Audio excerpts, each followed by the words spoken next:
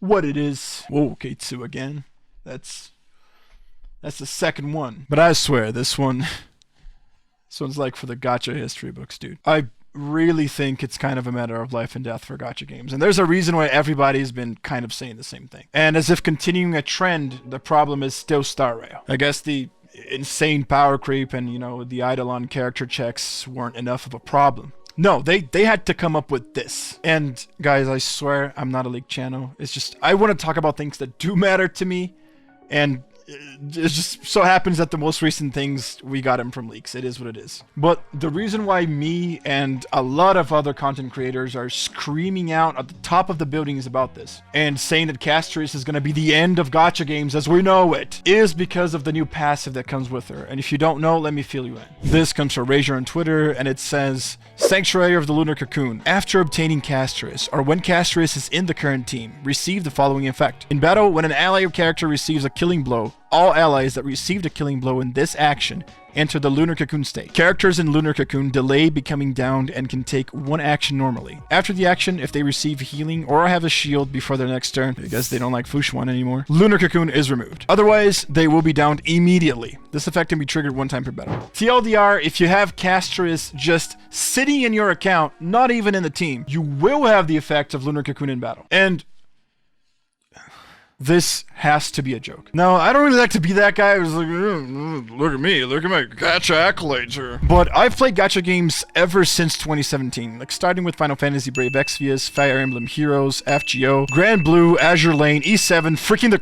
Konosuba gacha. Been over 20 of these games, including, of course, the big four. And to the best of my memory, I never, ever have seen this. A passive skill that is account-wide and just works outside of battle like that. I don't even care what Lunar Cocoon does. I really mean it. This is probably the worst, most predatory character mechanic I have ever seen in a game whose monetization system is founded upon predatory practices. And that's saying something. And here's the thing, for as small of a reach that I currently have with my channel, this is such a big deal to me that I feel like I have to at least put my voice in there with everybody else. I really can't bring myself to not believe in this or think that it's not going to be that bad, because I love playing these games and I don't want this to get so bad that I'm just not willing to pull up with it anymore. But let me explain to you exactly what this entails and why the doomsaying is so high. First of all, I don't need the leaks to tell me that the endgame is going to be 100% based and designed around Castorice, right?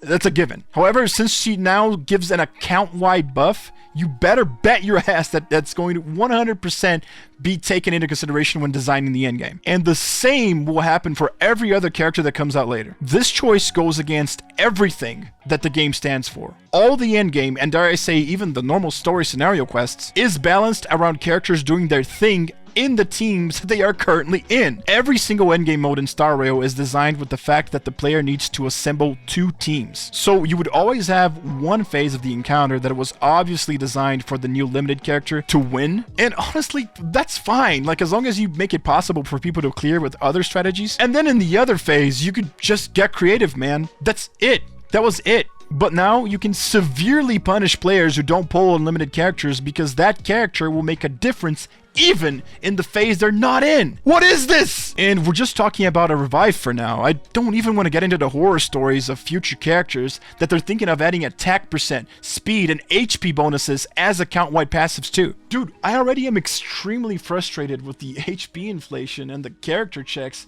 And now you put this in the game? As if the game wasn't already in a bad state? And that's not even the worst of it. The real problem here is that if they do put this in, they can't take it out legally. And second, dude, let's be real. A majority of people that play gacha games, man, they just want to pull on their favorite waifu or husbando. That's it, dude. As they should. The great majority doesn't give a shit about leaks, man. They just think Castorice looks cute, has insanely cool animations, and a fucking dragon. So it sells characters. They have no idea what her kid is, what she even does, and bro, I'm not gonna blame them for not going for leaks or knowing these things ahead of time. So then this unsuspecting, uninformed majority, again, that's not really their fault. They're just going to pull. They're going to spend. They just want the cute scythe dragon girl.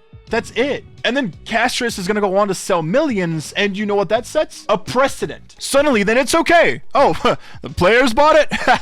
We got away with it, boys. It is possible to be even worse scumbags. Look at them go. Look at the cash coming in. Now we can force them to have to pull on every freaking character, or else their entire account just becomes objectively worse. You know, in live service games, I have come to terms with the fact that you gotta, you know, be willing to put up with some level of BS in order to play them, man. They function differently. But sometimes you just gotta pull the Aaron Hansen. And when you wake up in the morning, you gotta ask yourself, what am I willing to put up with today? Not fucking this! This can't happen. If this happens, then there's a big chance that all of the other gacha games that you love, and I'm not just talking about Hoyo, they will follow suit because the most successful gacha company in the world is doing it, so it's probably okay for them to do it too. Then in the absolute apocalypse scenario that every game is doing it, now nobody can skip any character ever. Now, sure, you might get the Chad companies that don't follow suit, choose to be competitive, and don't start doing this BS. But I just can't bring myself to see any positive outcome of this, man. Or put my trust in gacha companies in the first place. And if worse comes to worse and this proliferates like the plague, dude, I'll just have to quit gachas. There's no other way around it. Which, you know, may not actually be a bad thing, but what happened to Star Rail? You were my favorite. Turn-based RPGs have been my favorite genre ever since I was 7. It came out of nowhere. And even with my favorite story theme, which is, you know, sci-fi mixed with a bit of fantasy, you had an exciting turn-based system that was unique enough to call yours, insanely fun to me. What happened to the game I thought was the second coming for the gacha scene? What happened to the fun I had with beating her to Space Station in Bellabog? What happened to getting something like the Kakalia We Are Wildfire chorus drop in her ultimate? Dude, I still get the shivers. What happened to the fun MOCs where people could get creative, where I could use a team with freaking Kafka and Topaz and still be able to beat it if I prioritized my targets right? Or, you know, the people who could freaking Blade Jingliu face roll that shit. What happened to the PF where Himiko and Mini Herta were the absolute queens? What happened to my favorite gacha game? That now for some reason puts this freaking monkey boss everywhere, and whenever I have to beat it, I feel like the devs are pissing on my face and laughing at me. Should have pulled for Rappa. You were supposed to be the chosen one, Star Rail, my favorite gacha game. You're supposed to bring balance to Hoyoverse, not fucking destroy it. This is payback, isn't it? I'm getting handed back to me all those Genshin would nevers that I was using a lot to make fun of Genshin Impact players all the time. Wasn't it? This is it, isn't it? You're right. You're right, Ktsu.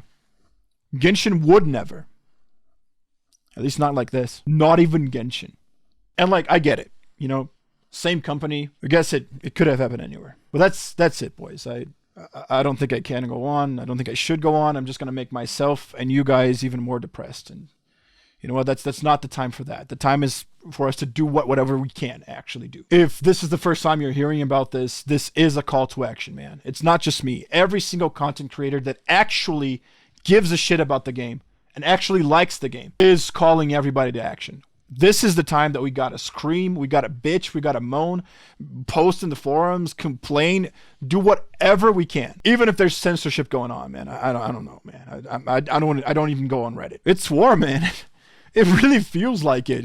We're in DEFCON 1, dude. We're in imminent danger of the gacha imploding on itself. God forbid this actually proliferates, man. I don't even want to think about that right now. Let's just think, again, like I said, let's just think about what we can do now. We have 6 weeks. Gotta make them count. You know when the Chinese players are angry at you for something, you effed up pretty bad. Anyway, sorry if I got emotional. I am very nostalgic about the beginning of Star Rail and the fun that I had in that game. And I just don't want to see it to end, right? I don't want to see it become so bad that I can't take it anymore.